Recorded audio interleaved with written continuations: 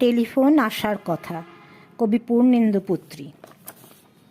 যে টেলিফোন আসার কথা সে টেলিফোন আসেনি।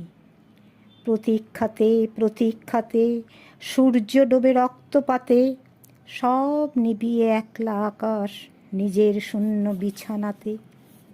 একান্তে যার হাসির কথা হাসেনি। যে টেলিফোন আসার কথা আসেনি।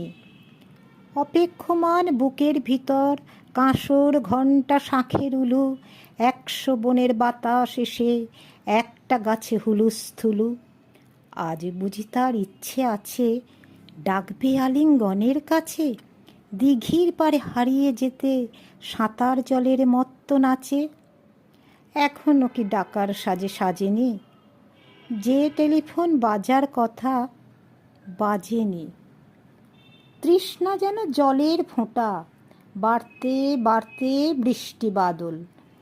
তৃষ্ণা যেন ধূপের কাঠি, গন্ধে আঁকে সুখের আদল। খাঁ খাঁ মনের সবটা খালি, মরা নদীর চড়ার বালি। অথচ ঘর দুয়ার জুড়ে তৃষ্ণা বাজায় করতালি।